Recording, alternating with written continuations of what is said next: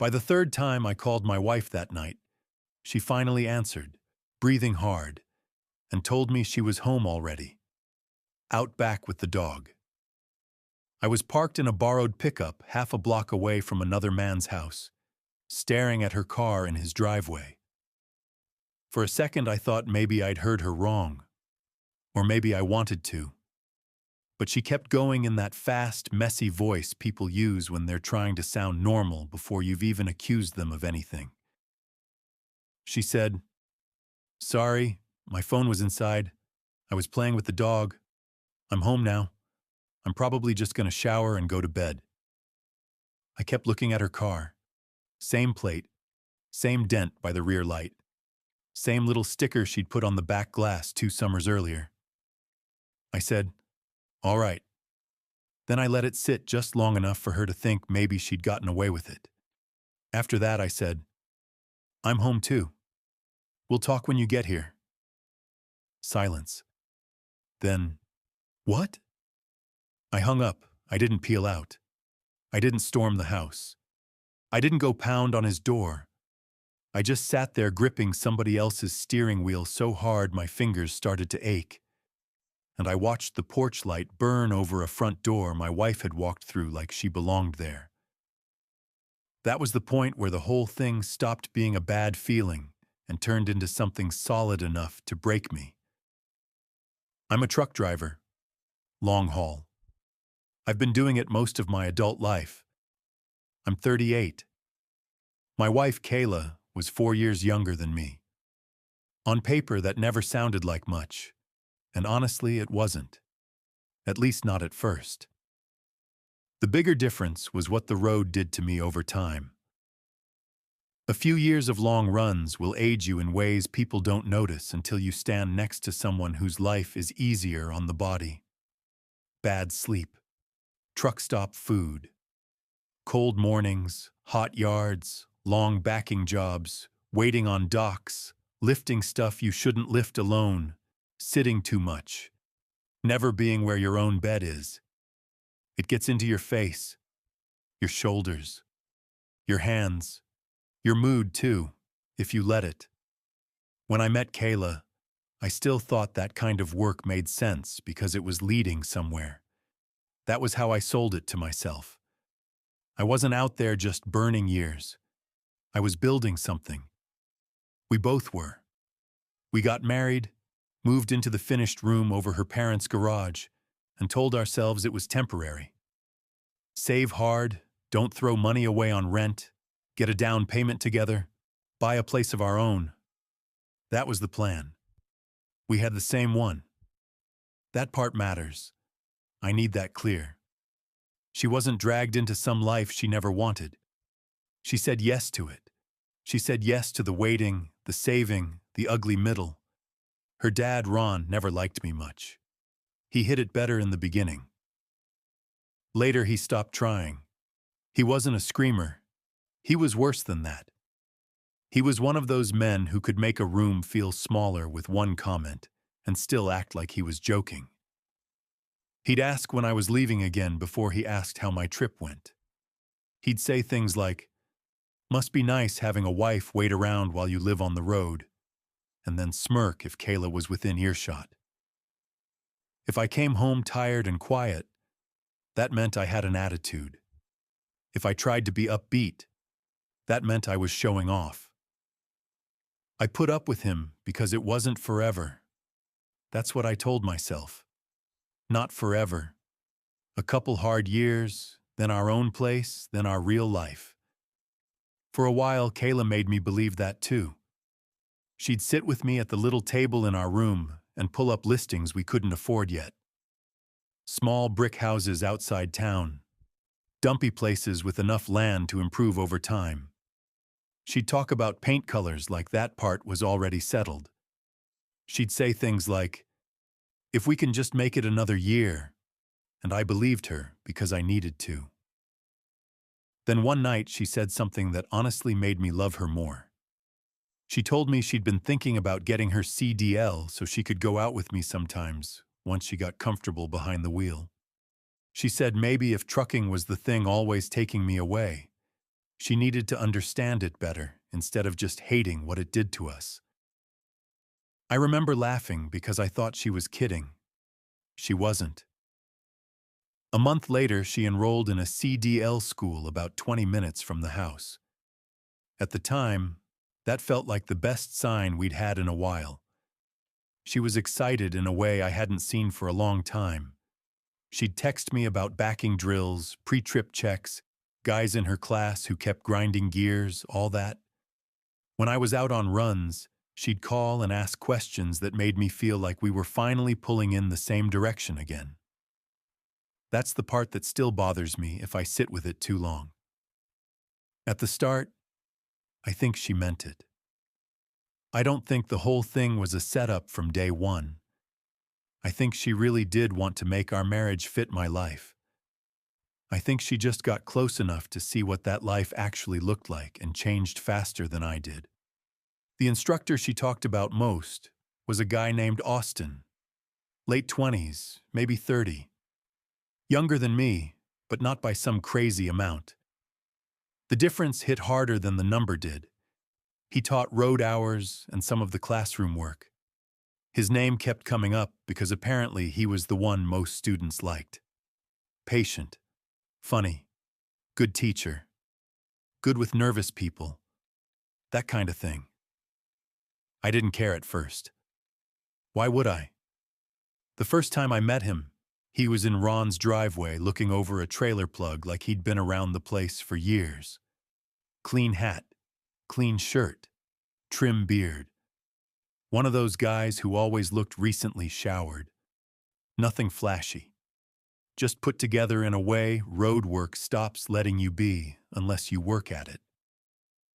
Ron brought him into the conversation like it was the most natural thing in the world. "This is Austin," he said. "Kayla's instructor, good kid, knows his stuff, already owns a place out near Miller Road. Smart boy." That last part was for me. I knew it when he said it. Austin shook my hand, easy smile, no nerves. Kayla stood a little behind them, not acting guilty, not acting anything, just listening. That afternoon, Ron found at least 3 different ways to mention Austin's house. Nice little place. Bought young, no landlords, knows how to manage money. Handy around the place. I'd heard my father-in-law praise me maybe twice in my whole marriage. He got all that out in one afternoon for another man. I told myself I was reading into it, because I was tired. A few weeks later, Kayla told me she'd changed her mind about coming on the road with me once she got her CDL. Not about school, just about the part that included me. She said the more she learned, the more she realized she didn't want that life. She didn't want to sleep in truck stops, shower in places with sandals on, wake up in different states, spend half her time in passenger seats and shipping yards. She said it carefully, like she was trying not to hurt me, and I didn't blame her for any of that. Most people don't want that life once they really see it. What bothered me was the part that came after. I asked, then why keep going? She said she'd already started and wanted to finish. Said having a CDL was still smart. Maybe she'd do local work someday.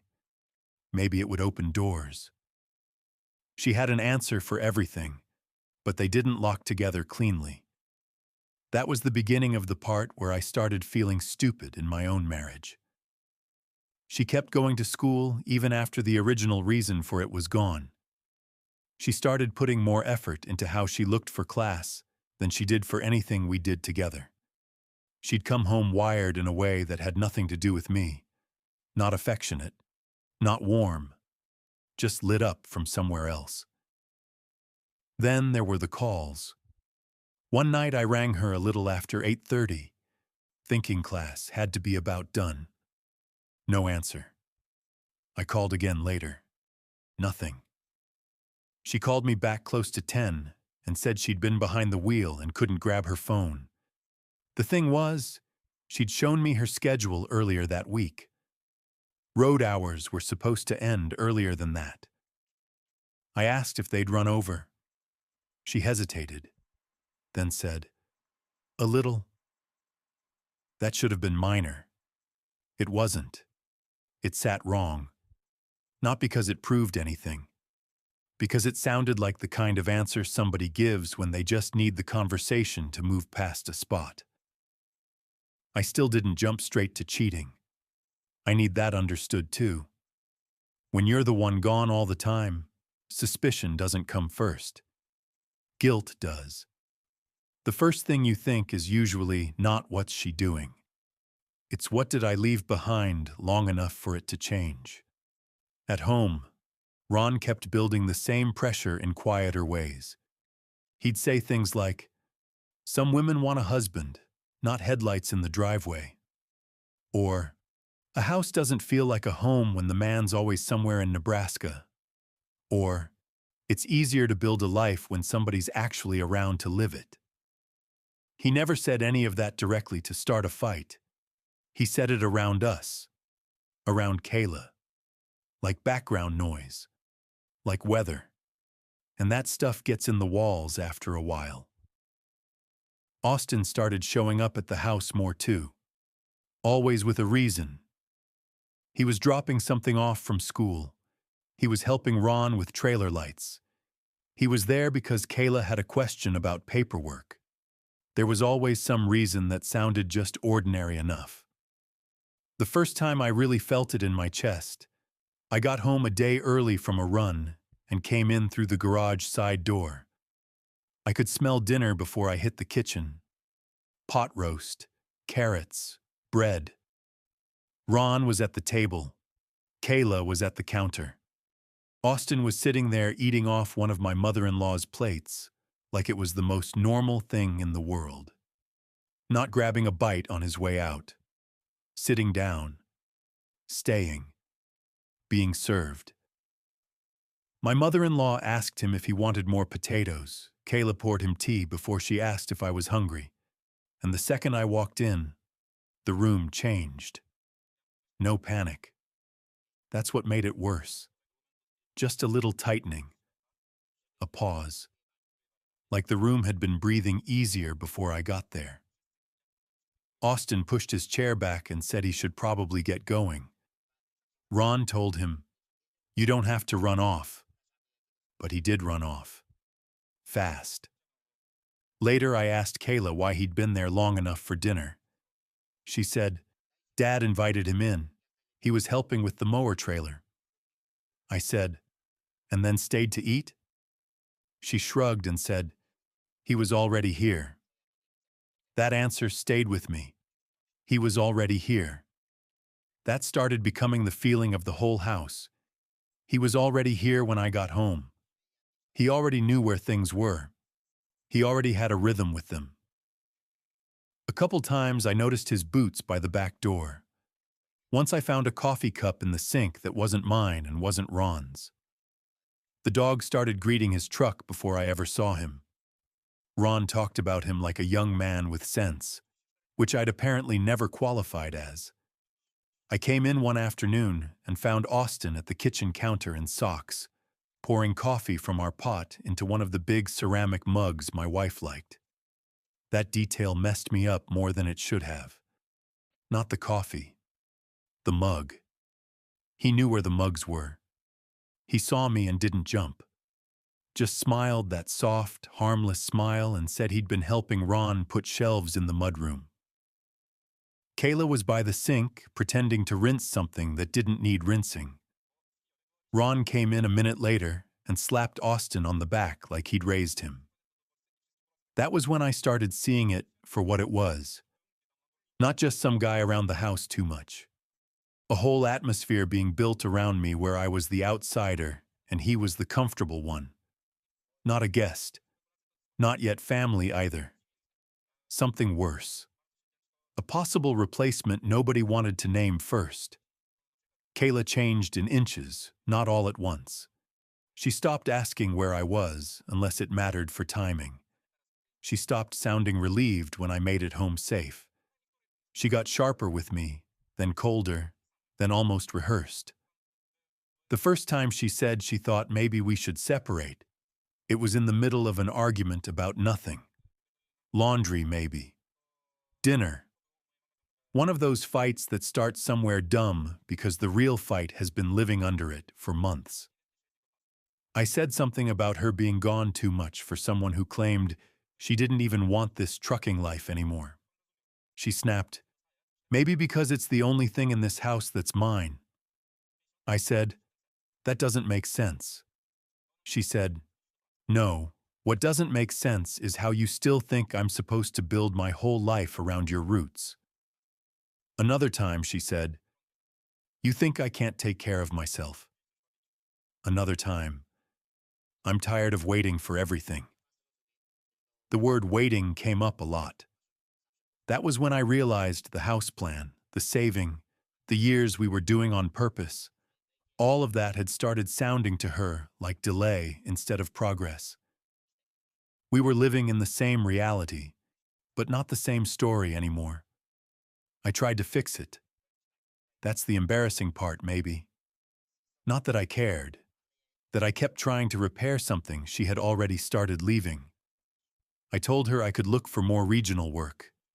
I said we could rent sooner and buy later if being in her parents' house was poisoning us. I said we could take less time and less land and just get out.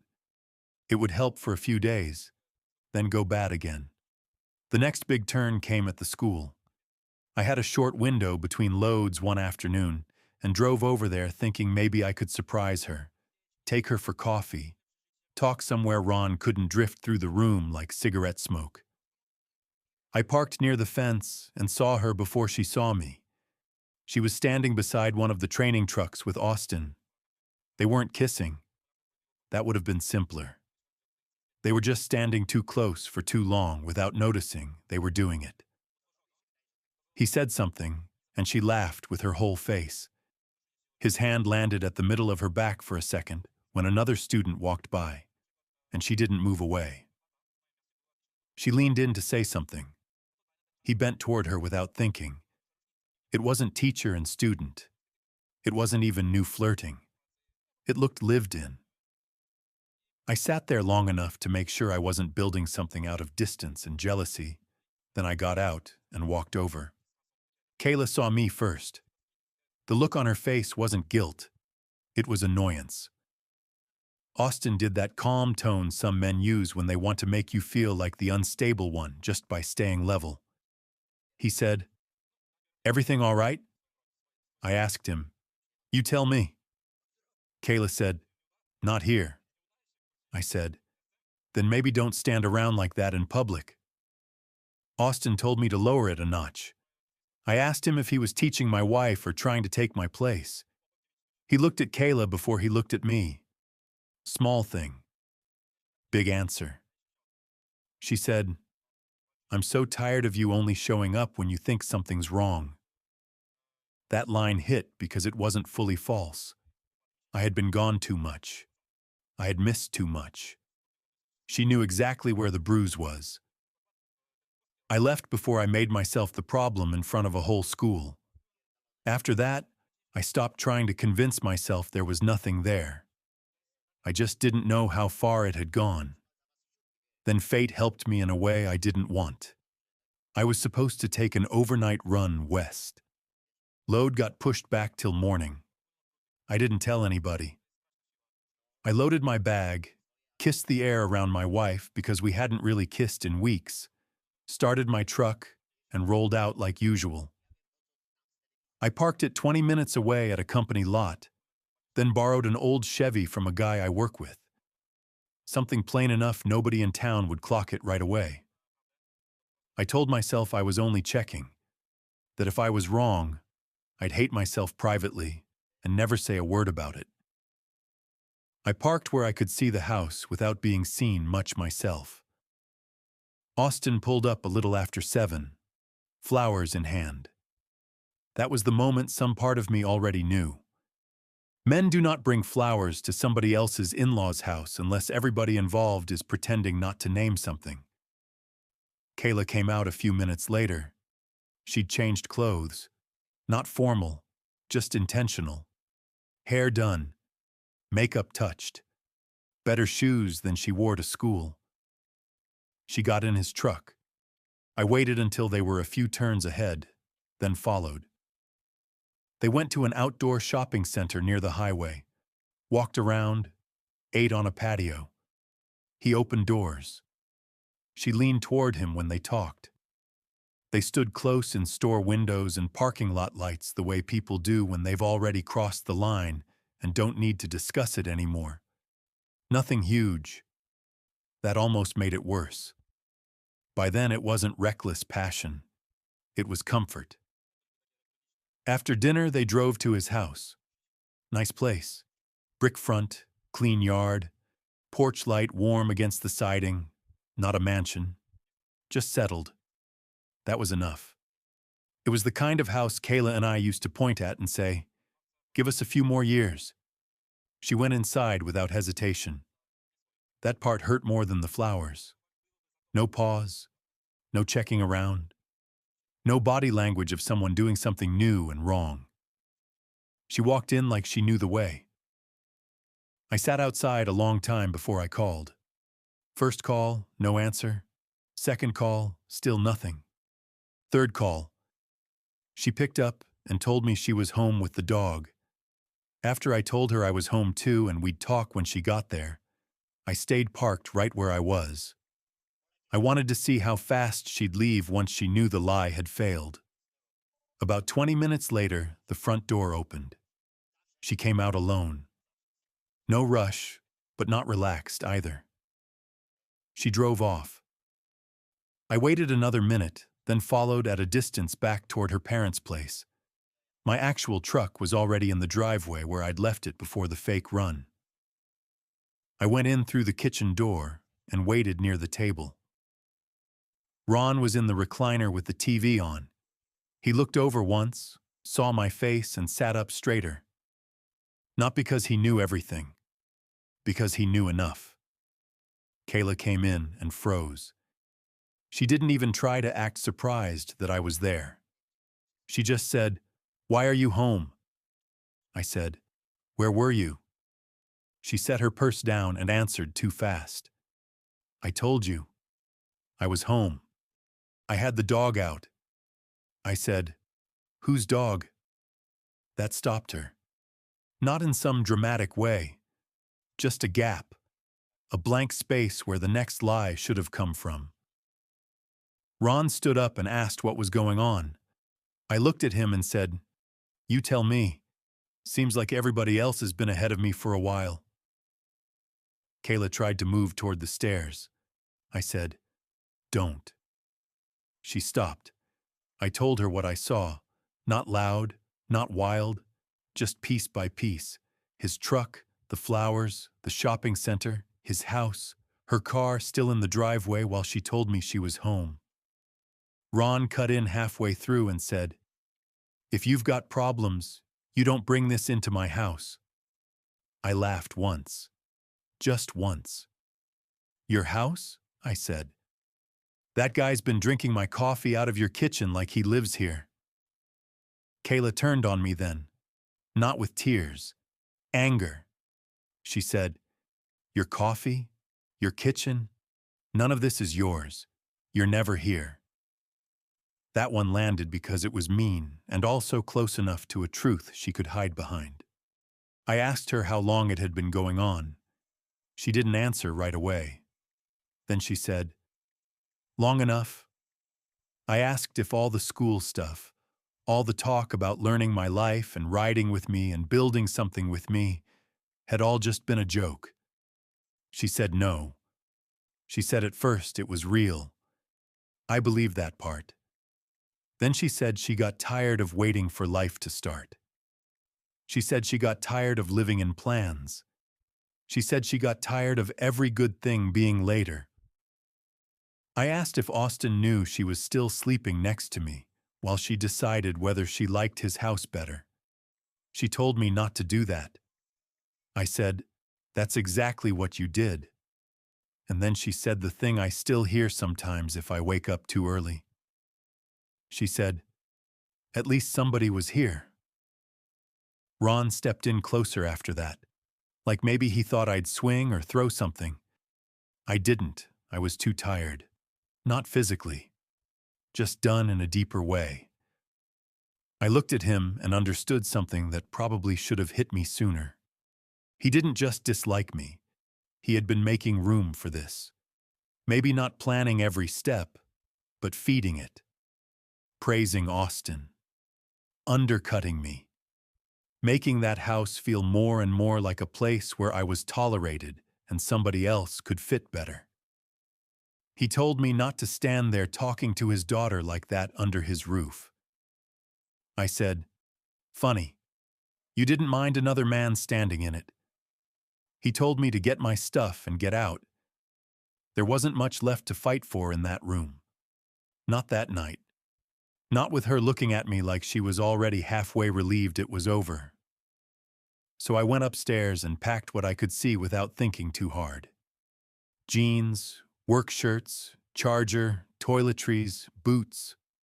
The kind of stuff a man throws in a bag when his brain hasn't caught up to what his life just became. I spent that night in my truck at a rest stop because I couldn't stand the thought of checking into a motel and saying just one night with that look on my face. A few days later, I went back with a buddy from work to get the rest. Ron stayed outside most of the time. Coward or tactful, take your pick. Kayla was there. She looked worn out, but not wrecked. More like someone who was glad the waiting room part of the disaster was finally over. She asked if we could at least do this without making it uglier. I told her, ugly already happened. That was about all I had left for her. The divorce was clean on paper and ugly everywhere else. No kids, which I guess spared us one kind of damage. We split the savings we'd been building for our house. That part was bitter in a way I still can't explain right. It felt like cutting up years. Every extra run. Every skipped weekend. Every cheap meal on the road. Every time I told myself living over that garage would be worth it later. Half of that got turned into paperwork. Last I heard, she and Austin stayed together for a while. Maybe they still are. I quit asking. Ron probably feels vindicated about the whole thing. His daughter ended up with a man who came home every night and already had a place.